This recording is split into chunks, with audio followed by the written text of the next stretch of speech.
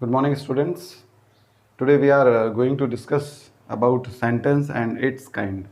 Sentence और उसके types के बारे में हम यहाँ डिस्कस करेंगे. क्लियर? सेंटेंस और टाइप्स के बारे में डिस्कस करने से पहले हम क्या समझेंगे, सेंटेंस को समझेंगे कि सेंटेंस क्या होता है. देखिए सेंटेंस क्या होता है उसके बारे में जैसे अपन यहाँ समझ रहे हैं. सेंटेंस सेंटेंस सेंटेंस की डेफिनेशन क्या होती है. जैसे मैंने आपको कल हमने जो है फ्रेज के बारे में समझाया था. फ्रेज क्या होता है, फ्रेज के बारे में जैसे मैंने आपको समझाया था कि phrase is a group of words that make some sense but not complete sense, है ना. ये ग्रुप ऑफ वर्ड्स होता है जो कुछ अर्थ देता है, पूरा अर्थ नहीं देता है, उसे हम फ्रेज कहते हैं. ऐसे कैसे सेंटेंस की क्या डेफिनेशन होती है, तो सेंटेंस की जो डेफिनेशन होती है वो इस तरह से होती है कि a group of words that makes a complete sense, मतलब एक कंप्लीट सेंस देता है, वो एक सेंटेंस है. क्लियर? जैसे यहाँ पे मैंने बताया a group of words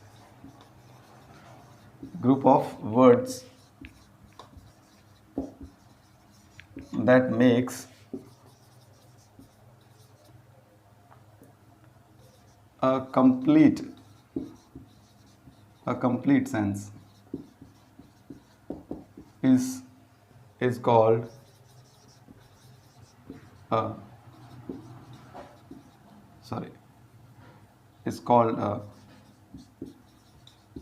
sentence.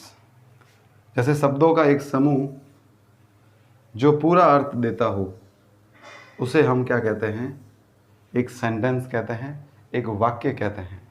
अब हम जो है जैसे ये है इस तरह से, अब हम कुछ सेंटेंस को डिस्क्राइब करेंगे या सेंटेंस के बारे में बताएंगे कि सेंटेंस क्या होता है. देखिए जैसे मैंने एक सेंटेंस दिया, ही सिंग्स, वह गाता है. अब देखो ये सब्जेक्ट है और ये वर्ब है. अब मेरे पास दो वर्ड ही है लेकिन फिर भी एक मीनिंगफुल सेंटेंस है कि वह गाना गाता है, मतलब वह गाता है. अगर मैं यहाँ इसके बाद एक ऑब्जेक्ट लगा देता हूँ जैसे अ सॉन्ग, तो इसका मीनिंग हुआ वह गाना गाता है. लेकिन अगर मैंने यहाँ तक ये जैसे इस तरह से लिखा, मैंने एक सेंटेंस जैसे मैंने ये दे दिया कि ही सिंग्स, है ना, इस तरह से कि वह गाता है. यहाँ है वह गाना गाता है, यहाँ वह गाता है. तो देखिए ये जो है हमारे पास सब्जेक्ट है और ये क्या है, मेरे पास वर्ब है. अब यहाँ सब्जेक्ट वर्ब और यहाँ मेरे पास ऑब्जेक्ट है ना. ये जो है सेंटेंस के अपन पैटर्न्स कह सकते हैं कि इतने, जैसे सब्जेक्ट वर्ब ऑब्जेक्ट. हमारे पास सब सेंटेंस बनाने के लिए बेसिक जो एलिमेंट है उसकी वो क्या होता है, वर्ब, है ना. बेसिक एलिमेंट वर्ब होता है और वर्ब की ज़रूरत होती है. तो सब्जेक्ट और वर्ब ये दोनों ही जो है बहुत ज़्यादा ज़रूरी है. सब्जेक्ट वर्ब में से वर्ब बहुत ज़्यादा ज़रूरी है क्योंकि वर्ब के बिना हम जो है कोई भी सेंटेंस नहीं बना सकते. ठीक है ना. जैसे सब्जेक्ट वर्ब ऑब्जेक्ट होता है, सब्जेक्ट वर्ब कॉम्प्लीमेंट भी होता है, इस तरह से मैंने उसके बेसिक पैटर्न्स होते हैं. तो इस तरह से एक मीनिंगफुल सेंटेंस बनाने के लिए हमें वर्ब की ज़रूरत पड़ती है. और है ना, ऐसे कह सकते हैं कि एक शब्दों का समूह जिससे कि कंप्लीट सेंस निकलता हो, मतलब शब्दों का समूह चाहे वो टू वर्ड से क्यों नहीं हो, ठीक है ना, लेकिन उससे एक कंप्लीट सेंस निकलता है, उसे अपन क्या कहेंगे, एक सेंटेंस कह सकते हैं, ग्रुप ऑफ वर्ड्स, इस तरह से. तो ये सेंटेंस की डेफिनेशन होती है, आप उसको लिखिए आराम से. उसके बाद में जो है हम उसके टाइप्स के बारे में, उसके काइंड्स के बारे में जो है डिस्कस करते हैं. ठीक है. देखिए क्या होता है, उसके काइंड्स के बारे में अपन यहाँ डिस्कस करते हैं. तो मैं इसको रफ कर रहा हूँ. नेक्स्ट उसके काइंड्स के बारे में जो है अपन यहाँ थोड़ा सा डिस्कशन कर रहे हैं. देखिए इधर जैसे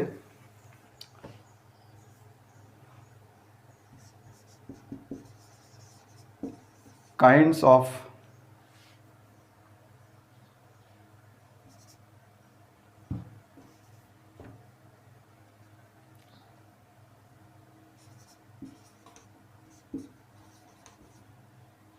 सेंटेंसेस, काइंड्स ऑफ सेंटेंसेस, मतलब हम सेंटेंसेस के काइंड्स के बारे में जो है यहाँ पे डिस्कस करें. कितने काइंड्स होते हैं, देखिए जैसे यहाँ पे अपन लिख सकते हैं कि there are four kinds, there are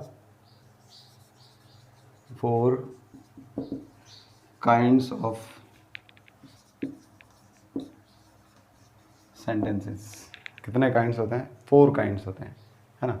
first kind जो है हमारा क्या होता है, असर्टिव, जैसे अपन डिक्लेरेटिव भी क्या बोलते हैं.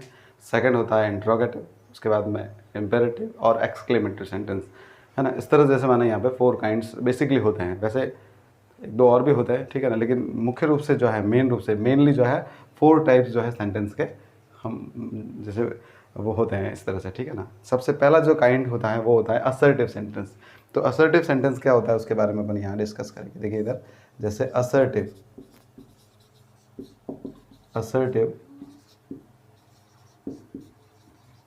सेंटेंस असर्टिव कह सकते हैं, या फिर हम जो है इसे डिक्लेरेटिव सेंटेंस भी कह सकते हैं। डिक्लेरेटिव सेंटेंस जो है ये भी अपन कहते हैं असर्टिव और डिक्लेरेटिव सेंटेंस। अब असर्टिव और डिक्लेरेटिव सेंटेंस क्या होता है उसके बारे में जैसे अपन यहाँ पे थोड़ा सा डिस्कशन करेंगे। देखिए जैसे यहाँ पे मैं इसकी डेफिनेशन लिख रहा हूँ कि असर्टिव सेंटेंस क्या होता है, ठीक है ना, ध्यान देना। जैसे एक सेंटेंस जो एक स्टेटमेंट देता है उसे अपन क्या कहते हैं, डिक्लेरेटिव सेंटेंस बोल सकते हैं, ठीक है ना। जैसे a group of words, group of words जैसे अपन कह सकते हैं, या जैसे नॉर्मल अगर अपन डेफिनेशन जैसे लिखे तो क्या हो सकता है, जैसे अ सेंटेंस, एक सेंटेंस के बारे में अपने यहाँ बात बता सकते हैं कि a sentence that makes a sentence that makes a statement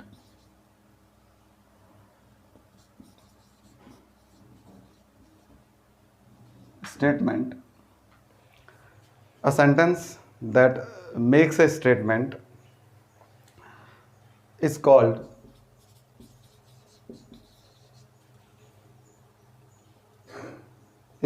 a declarative sentence। जैसे is called a declarative या assertive sentence,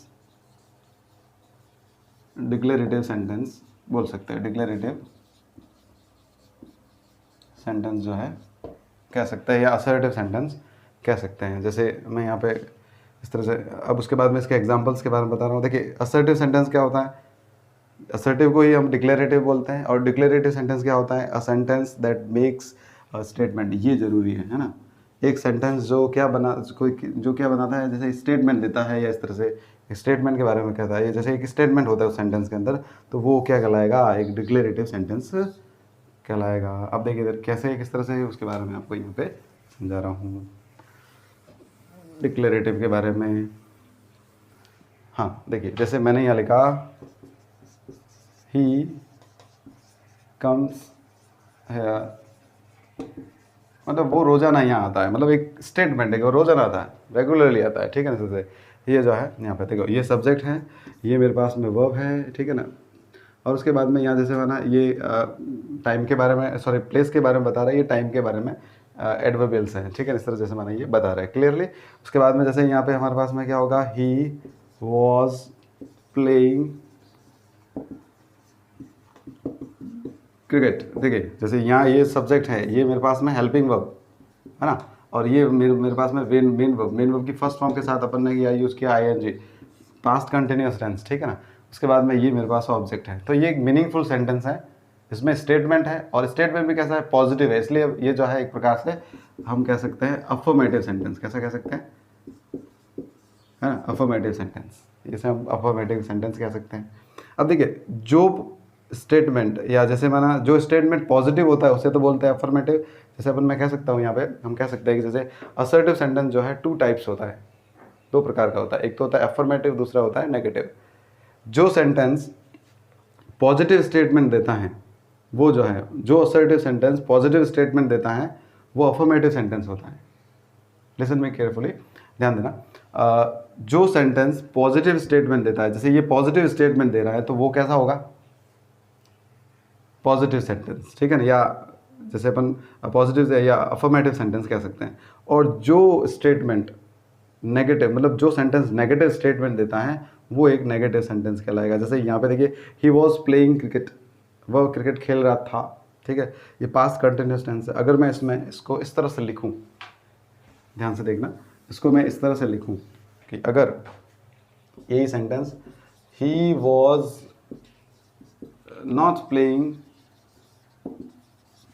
क्रिकेट, जैसे मैंने यहाँ लिखा नॉट प्लेइंग क्रिकेट, ये मेरे पास में क्या हुआ। अब देखिए इधर यहाँ पे मैंने नॉट यूज़ कर लिया है, वर्ब के साथ नॉट, वॉज के साथ नॉट यूज़ कर, हेल्पिंग वर्ब के साथ नॉट यूज़ कर लिया है, और उसके बाद ये वर्ब और ये ऑब्जेक्ट है, तो ये मेरे पास में एक नेगेटिव है, नेगेटिव सेंटेंस है, क्योंकि इसमें जो है स्टेटमेंट मिल रहा है मुझे, वो कैसा मिल रहा है, नेगेटिव। वह नहीं खेलता था, वह जो है नहीं खेलता था।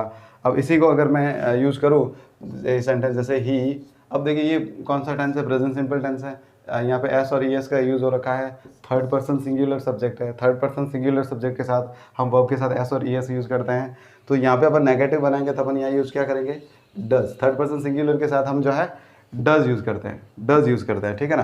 जैसे ही डज नॉट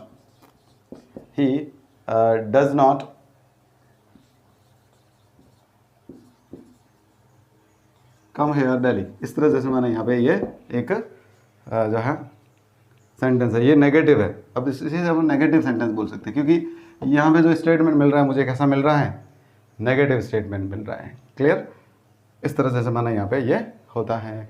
अब हम जो है उसके बारे में जैसे ये हो असर्टिव सेंटेंस, उसके बाद में हम जो है इंट्रोगेटिव, इम्पेरेटिव और एक्सक्लेमेटरी सेंटेंस जो है नेक्स्ट वीडियो में क्लियर करेंगे। Thank you very much.